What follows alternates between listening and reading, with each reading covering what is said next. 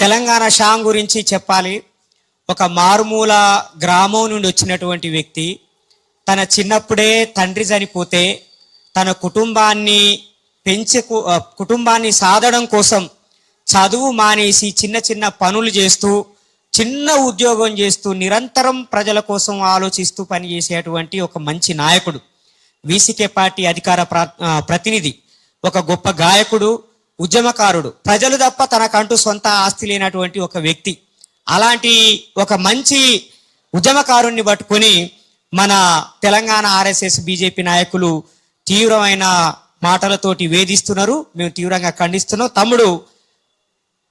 తమ్ముడు తెలంగాణ షామ్ని ఒక 2 నిమిషాలు మాట్లాడాల్సిందిగా కోరుతాం. తమ్ముడు, నువ్వు వెనకనే ఉండి మాట్లాడు. నీ వెనకాల ఎవరున్నారు అన్నారు కదా. ఇగో ముందట అరగోపాల్ సార్ ఉన్నాడు, నందిని సిద్ధారెడ్డి సార్ ఉన్నాడు, మేము అందరం ఉన్నాం. పెద్దలందరికీ ముందుగా పేరు పేరున మీడియా మిత్రులకు, ఇక్కడ వచ్చినటువంటి హరగోపాల్ సార్ నుంచి మొదలు పెడితే అక్కడ ఉన్న కూర్చున్నటువంటి అన్న వరకు అందరికీ పేరు పేరున, టైం లేదు కాబట్టి అందరి పేర్లు చెప్పదలుచుకోలేదు. మా రాజకీయ గురువు గారు డాక్టర్ జిలకర సీనన్నకు, అదేవిధంగా నల్ల సూర్యప్రకాష్ అన్నకు, అందరికీ పాట పాడినటువంటి రమేష్ అన్న గారికి, పాట రాసినటువంటి కిషోర్ గారికి, ఇంకో కళాకారుడు శేఖర్, అందరికీ పేరు పేరున. ముఖ్యంగా ఈ ఉద్యమం మీరు అనుకున్నట్టు మీడియా మిత్రులందరికీ నేను ఒకటే చెప్పదలుచుకున్నాను. ఈ ఉద్యమం మోండా మార్కెట్ లో పుట్టింది కాదు.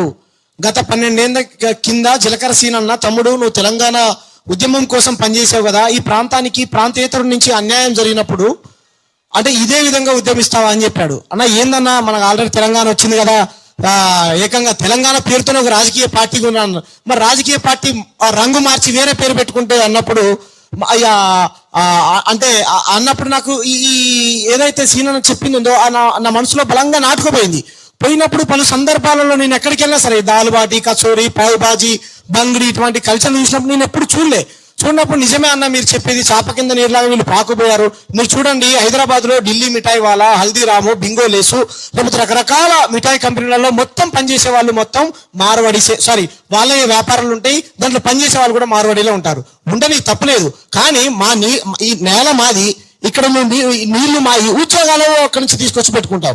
కాబట్టి పలు సందర్భాలలో సీనన్నతో చర్చించినప్పుడు దీనిపైన మనం సీరియస్ గా ఉద్యమం చేయాలి తమ్ముడు అన్నప్పుడు, రైట్, ఎవరైతే మోండా మార్కెట్ లో ఒక దళితుని కొట్టారో, ఆపడానికి వచ్చినటువంటి ఒక యాదవ్ని, ఇంకో ముదరాజుని చెవులపంటి కొట్టి గాయాల పాలు చేశారో, అప్పుడు వెళ్ళి ఏం జరిగిందన్నా అని ఆ బాధితుల్ని నేను, బత్తుల రాంప్రసాద్ అన్న అని ఇంకొక ఎప్పటి నుంచో అట్రాసిటీ కేసులో పనిచేసేటువంటి మాలమా నాయకుడు, నేను, ఇంకో వెంకటేష్ అని మా వీసీకే నాయకులు, ఇంకొక ఎస్ఎఫ్ఐ నాయకులు అందరం వెళ్ళి పరామర్శించాం. వాస్తవ విషయాలు అడిగి తెలుసుకొని బాధితుడిని పరామర్శించి వచ్చిన తర్వాత బాధితుడు మాతో చెప్పింది ఏంటంటే, అన్న నా పన్నీరు కొట్టారు, ఇటు పక్కన చెవులపంటి ఇంకొక ఆయనకు గాయాలు చేసి రక్తం వచ్చేలా కొట్టారు, మరి మీరు వచ్చి మీడియా ముందు చెప్పొచ్చు కదా అంటే, నాకు ఇంకా పెళ్లి కాలేదు, నేను గనక మీడియా ముందుకు వస్తే ఆయనకు ఉన్నటువంటి ప్రాబ్లమ్స్ ఆయనకున్నాయి, కాబట్టి దీన్ని కప్పిపెట్టేటువంటి ప్రయత్నం చేస్తున్నారు. ఏం జరిగింది అక్కడ వాస్తవం ఏంటంటే, కులం పేరుతోని బహిరంగ ప్రదేశంలో ఒక మార్వాడి దూషించాడు, కొట్టాడు, గాయాల పాలు చేశాడు అన్నప్పుడు, రైట్, ప్రజాస్వామ్య పద్ధతిలో ఆయన అరెస్ట్ చేయండి సార్ అని ఒక కాల్ ఇచ్చాం. చెలో మోండా మార్కెట్ అని కాల్ ఇస్తే ఆ పోస్ట్ పెట్టి మాట్లాడినటువంటి వీడియో ఏదైతుందో ఒకటే రోజులో 5 లక్షల మందికి రీచ్ అయింది. అంటే ప్రాంతీయతోడు వచ్చి మా ప్రాంత బిడ్డను కొడతాడా అనేటువంటి ఇది ప్రజల్లో అంటే విపరీతమైన స్పందన రాగానే నాకు ఫోన్ చేశారు టాస్క్ ఫోర్స్ వాళ్ళు. తర్వాత నేను వస్తాను సార్, డ్యూటీలో ఉన్నాను, ప్రజా ఉద్యమాలలో పనిచేసుకుంటాను కదా, నా టైం దొరికినప్పుడు వస్తానని చెప్పా. తర్వాత పోలీసు వాళ్ళు పిలిచారు, అడిగారు, కానీ అక్కడ మొదలైనటువంటి ఉద్యమం అయితే ఇది కాదు. ఈ సందర్భంగా మీ అందరికి నేను ఏం చెప్పదలుచుకున్నానంటే, నేను ఒక్కరిని మాట్లాడితే ఇదేదో ఉద్యమాన్ని నేను మొదలు పెట్టినా అని అనుకుంటున్నారు. ఈ ఉద్యమం నేను మొదలు పెట్టింది కాదు.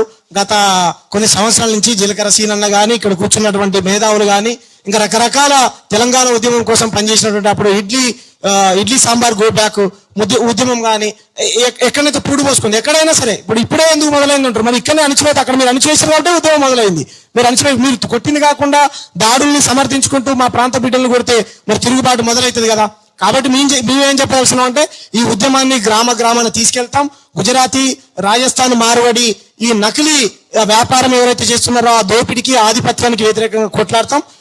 మీ అందరికీ నాకు మద్దతు తెలియజేసినటువంటి మేధావులందరికీ, వివిధ ప్రజా సంఘాలకు, ఉస్మానియా యూనివర్సిటీని కూడా అనేక విద్యార్థి సంఘాలు, అదేవిధంగా మా ఊర్లో అన్ని కుల సంఘాలు, రాజకీయాలకు అతీతంగా, కులాలకు అతీతంగా గ్రామ తీర్మానం చేస్తున్న మా ఊరు పెద్దలకు పేరు పేరున, నా గురించి సోషల్ మీడియాలో మాట్లాడుతున్న వ్యక్తులకు అందరికీ పేరు పేరున ధన్యవాదాలు తెలియజేసుకుంటూ, ఇంత గొప్ప మరి ఉద్యమాన్ని బలపరుస్తున్నటువంటి ప్రతి ఒక్కరికి మరి ఒకసారి జై భీములు, జై తెలంగాణ తెలియజేస్తా ఉన్నాం. థ్యాంక్ యూ తమ్ముడు. నువ్వు ఒంటరివి కాదు, 4 కోట్ల మంది తెలంగాణ ప్రజలు నీ వెంట ఉన్నారు. మిత్రులారా, ఇంతటితో ఈ సమావేశాన్ని ముగిస్తున్నాము. ఈ కార్యక్రమంలో పాల్గొని ఇంతసేపు మనతో ఉన్న అరగోపాల్ సార్కి, సిద్ధారెడ్డి సార్కి, రాఘవాచారి సార్కి, మిగతా అందరికీ ప్రత్యేకంగా ధన్యవాదాలు తెలియజేస్తూ ముగిస్తున్నాం. Thank you. జై భీమ్.